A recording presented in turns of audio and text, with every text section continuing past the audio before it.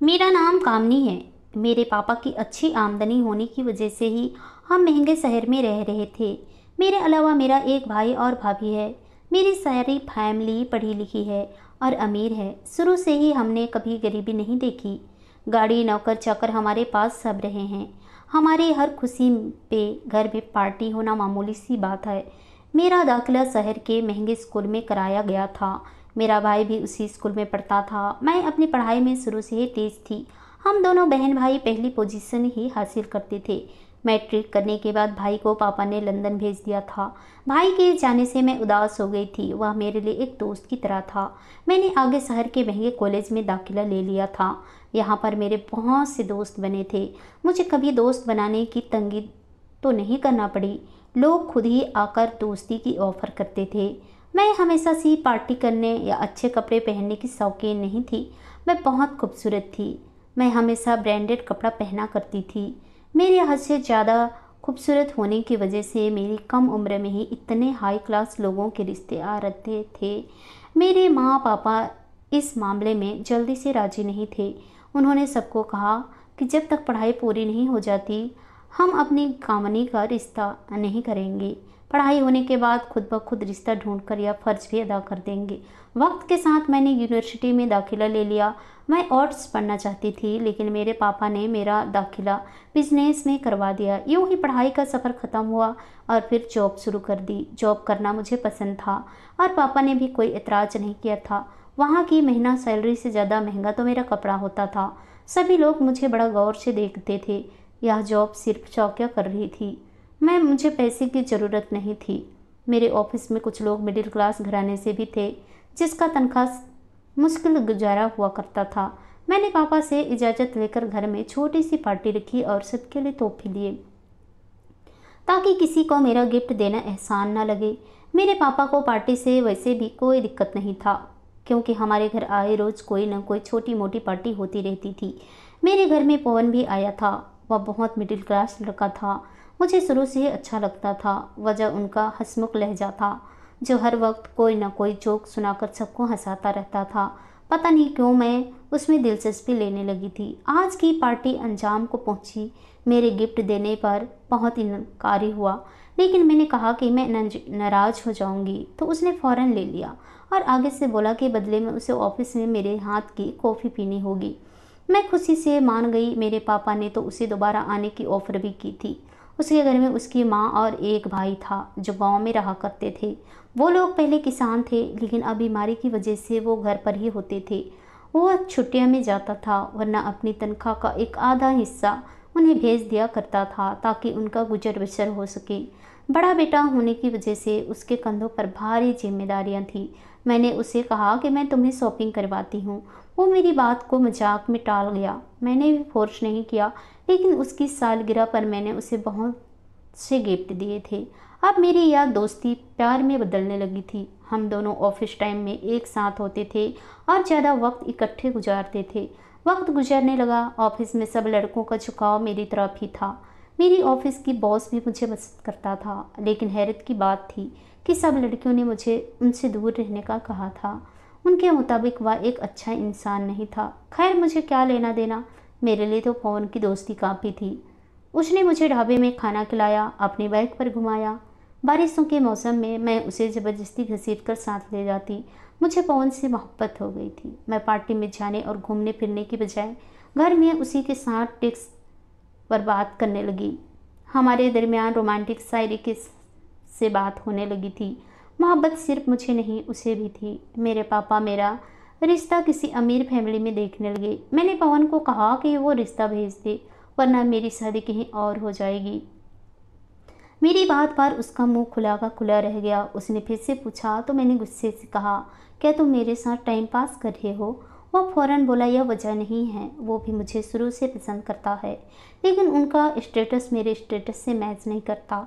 मैंने उससे कहा कि वह एक बार भी रिश्ता भिजवा दे।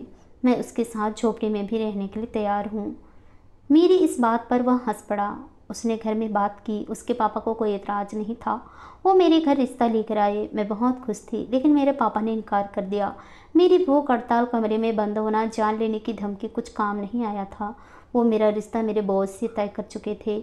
उनकी जिद्दी ने मुझे बिगाड़ दिया था। मैंने उनके खिलाफ जाने का फैसला कर लिया था। फिर शादी वाले दिन मैं ऐशो आराम को लात मारकर पवन के साथ भाग गई और हमने गांव में जाकर शादी कर लिया था। पवन ने मुझे कहा कि मैं सोच समझकर फैसला लूं, लेकिन मेरी जिद पर वह हार मान गया था। गांव के कच्चे घर में 3 कमरे थे। उसके माँ बाप पढ़े लिखे नहीं थे। पवन का एक ही भाई था जो कॉलेज में पढ़ रहा था। गांव की औरतें मुझे गौर से देखने लगी। उनकी बातें मुझे फनी थी। मैं बिल्कुल गुड़िया जैसी लगती थी। वो मुझे हाथ लगाकर चेक किया करती थी कि क्या यह असली है या नहीं। सब औरतें मेरी सास को मुबारकबाद देने लगी कि उनके भाग खुल गए हैं, जो इतने खूबसूरत बहू मिल गई है। मेरे पापा ने मुझे बहुत धमकियाँ दी, प्यार से समझाया मैं वापस आ जाऊं, पवन से तलाक ले लूं, लेकिन मैं नहीं मानी। उन्होंने गुस्से में कह दिया कि वो मेरे से हर रिश्ता ख़त्म कर देंगे। मेरे भाई ने मुझे समझाया, पवन तुम्हारे खर्चे नहीं उठा सकता। मेरा एक सूट ही उसकी पूरी तनख्वाह की कीमत जितना होता है। लेकिन मैंने यही कहा कि मैं रह लूँगी। पवन की मोहब्बत में मैंने कुछ माह गांव के कच्चे मकान और मच्छरों के बीच में गुजार दिया। फिर पवन और मैं वापस शहर आ गए। पवन को नौकरी से निकाल दिया गया था, लेकिन मुझे नहीं निकाला गया था। शायद मेरे पापा ने मुझे वापस बुलाने के लिए किया था। मेरा दिल उनसे गुमान होने लगा था।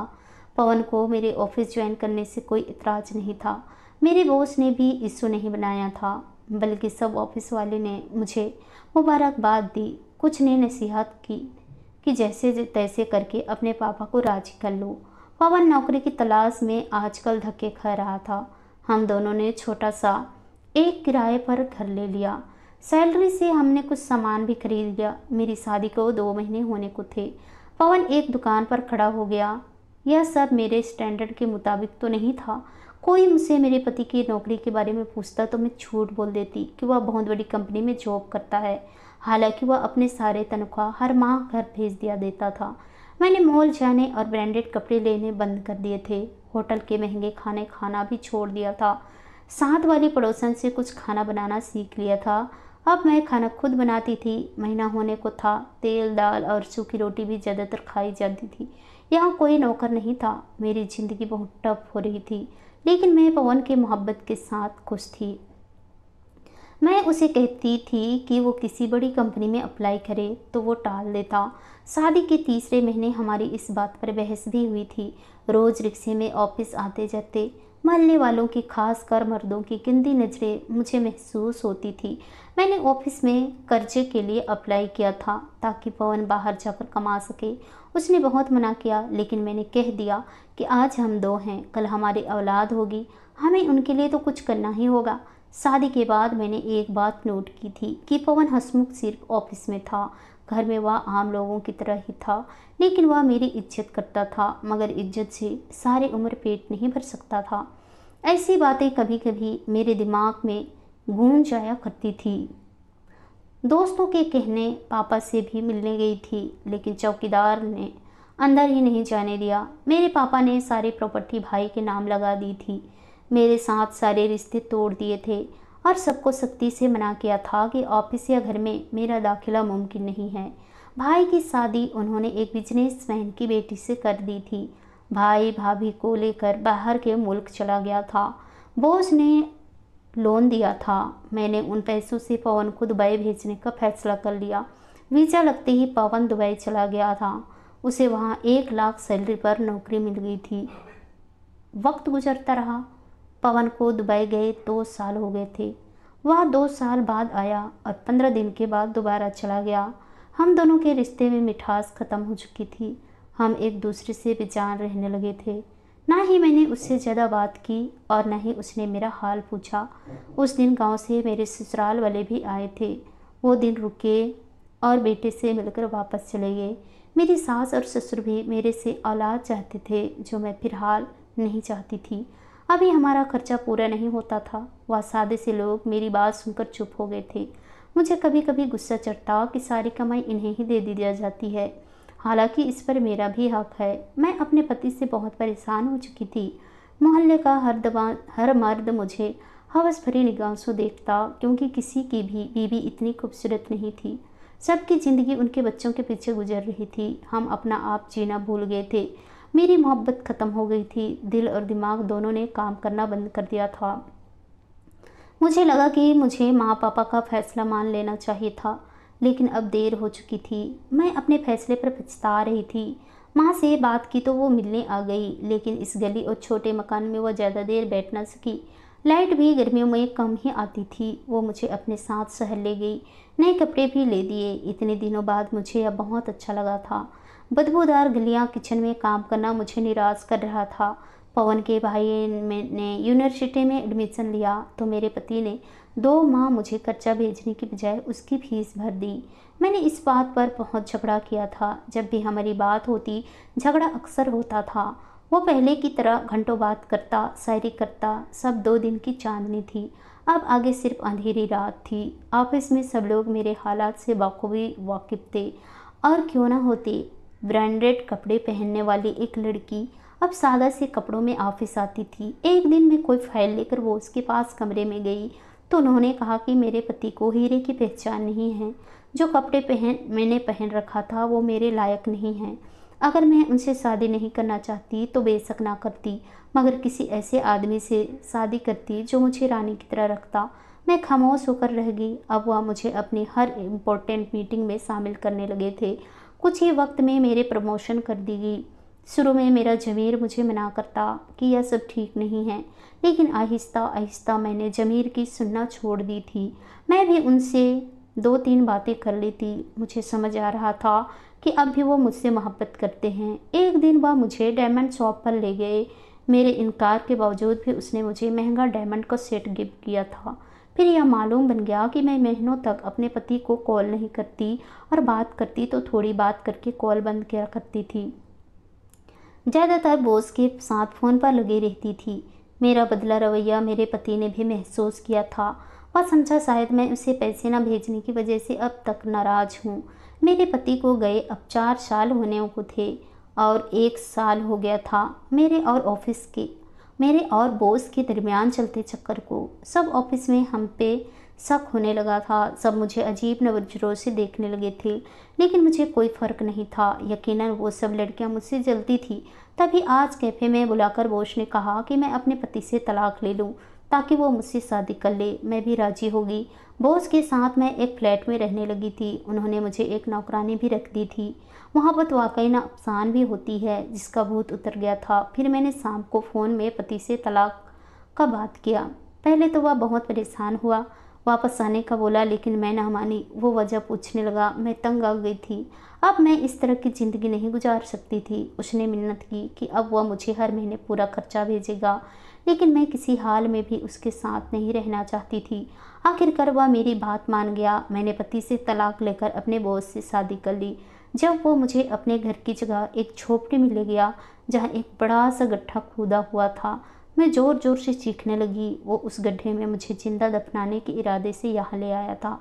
वह मुझे मारना चाहता था। ऑफिस की लड़कियाँ भी कहती थी कि वो एक गंदा इंसान है। मैं वहाँ से भागने लगी तो उसने मुझे पकड़ लिया। वो पागलों की तरह हंस रहा था। मुझे अपनी गलतियों के पछतावा होने लगा था। पवन ने आज तक मुझसे बदतमीजी नहीं की थी और मेरा बॉस मुझसे अपनी बेइज्जती का बदला ले रहा था। जब पहली बार उसने मुझे प्रपोज किया था और शादी के लिए कहा था, तब मैंने उसकी बहुत इंसल्ट की थी। उसने फैसला कर लिया था कि वो मुझसे बदला लेगा। मैं इतने लोगों के सामने से खुलेआम रिजेक्ट करके गई थी। उसने पवन को नौकरी से निकाल दिया था। जब वो कहीं भी नौकरी करने जाता तो बॉस पहले ही वहाँ के बॉस से बात करके उसे वहाँ से भी निकलवा देता। फिर मुझे लोन देना भी उसकी एक चाल थी ताकि बाद में वो मुझे जाल में फंसा सके। मैं दौलत और महंगे गिफ्ट देखते ही उनकी तरफ चल पड़ी और अपना सब कुछ उसे सौंप चुकी थी। मैं वहाँ से अपने आप को छुड़ाकर भागी थी। पता नहीं वो मुझे किधर ले आया था। मैं सड़क पर अंधाधुंध भागती हुई एक ट्रक से टकरा गई थी। मैं थोड़ी ज़िंदगी चाहती थी ताकि सबसे अपनी गलती की माफ़ी मांग लूँ। मुझे बस पवन से माफ़ी मांगनी थी। 2 महीने बाद मुझे हॉस्पिटल में होश आया था। रोड से कुछ लोगों ने मुझे उठाकर अस्पताल पहुंचा दिया था। मैं 2 महीने से कोमा में थी। मेरे होश में आते ही पुलिस आई और मैंने अपना बयान लिखवाया। सब मेरी हालत देखकर हैरान थे। मुझे मरता हुआ देखकर मेरे माँ पापा ने भी मुझे माफ़ कर दिया था। मैं एक्सीडेंट की वजह से दोनों टांगें गंवा चुकी थी। पापा ने सब जगह मालूम करवाया कि कहीं से मेरा इलाज हो सके, लेकिन मुझे अब सारी ज़िंदगी यूँ ही रहना था। 1 महीना अस्पताल में रहने के बाद मैं घर आ गई। मैंने आते ही माँ पापा को सारी हकीकत बता दी। वो खफा हुए कि इतने बड़े फैसले में खुद से लेने लगी थी। पहली गलती के बाद मैंने दूसरी गलती उससे भी बड़ी की थी। वो उससे मैंने तलाक मांगी और मुझे तलाक देने पर राज़ी नहीं था। उसने मुझ पर कातिलाना हमला किया था। मैं अपना मामला अदालत में ले गई। मेरे पापा ने पैसे लगाकर एक काबिल वकील किया जो मुझे तलाक दिलवा चुका था और बॉस को भी 2 साल की सज़ा हुई थी। आज इस हादसे को 2 साल होने वाले हैं। मैंने पवन से भी माफ़ी मांग ली थी, मगर उसने मुझे कोई जवाब नहीं दिया। मेरा फ़ोन काट दिया था। मैं ऊपर वाले से अपनी गलतियों की माफ़ी मांगती हूँ। मैंने अपने पति के साथ गलत की थी और उसी की मुझे सज़ा मिली थी। मैं एक दिन गाड़ी में भाभी के साथ बाहर आई तो मेरी नज़र पवन पर पड़ी। वो दुकान पर खड़ा था। मैं भाभी की मदद से व्हील चेयर पर बैठी थी। पवन के साथ एक लड़की थी जिसने एक छोटा सा बच्चा भी उठाया हुआ था। उसे देखकर मुझे खुशी हुई थी कि उसने ज़िंदगी में आगे बढ़ने का फ़ैसला किया था। मेरी आवाज़ पर उसने मुझे देखा और हैरान रह गया। मैंने हाथ जोड़कर सबके सामने उससे माफ़ी मांगी थी। उसकी पत्नी होते हुए भी मैंने किसी और के साथ रिश्ता बनाया था। आज उसने मुझे माफ़ कर दिया था। अपनी बीवी और बच्चों से भी मेरा सामना करवाया। 2 साल पहले ही मेरी शादी के बाद उसने शादी की थी। वो अपनी बीवी और बच्चों के साथ खुश था। उसकी कंपनी उसका ट्रांसफ़र अपने देश में कर दिया था। वह अब भी उसी तंग गली में अपने बेटे और बेटी बीवी के साथ रहता था। लेकिन उसकी ज़िंदगी कितनी मुश्किल थी। उसकी बीवी ने वो घर जन्नत बना दिया था।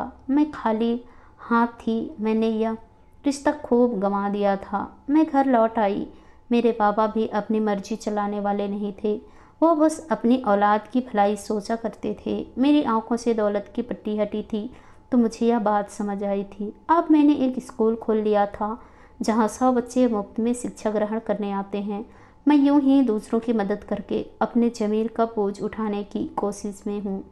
आप भी मेरे लिए दुआ करें कि ऊपर वाला मेरे सारे गुनाह माफ़ कर दे। आशा करती हूँ दोस्तों आप लोगों को ये कहानी पसंद आई होगी। कहानी पसंद आई तो कहानी को लाइक कीजिए, शेयर कीजिए, कमेंट कीजिए और ऐसी कहानी सुनने के लिए प्लीज़ हमारे चैनल को सब्सक्राइब ज़रूर कीजिए। तो चलिए दोस्तों मिलते हैं नेक्स्ट किसी नई कहानी के साथ। तब तक के लिए बाय बाय। अपना ख्याल रखिए।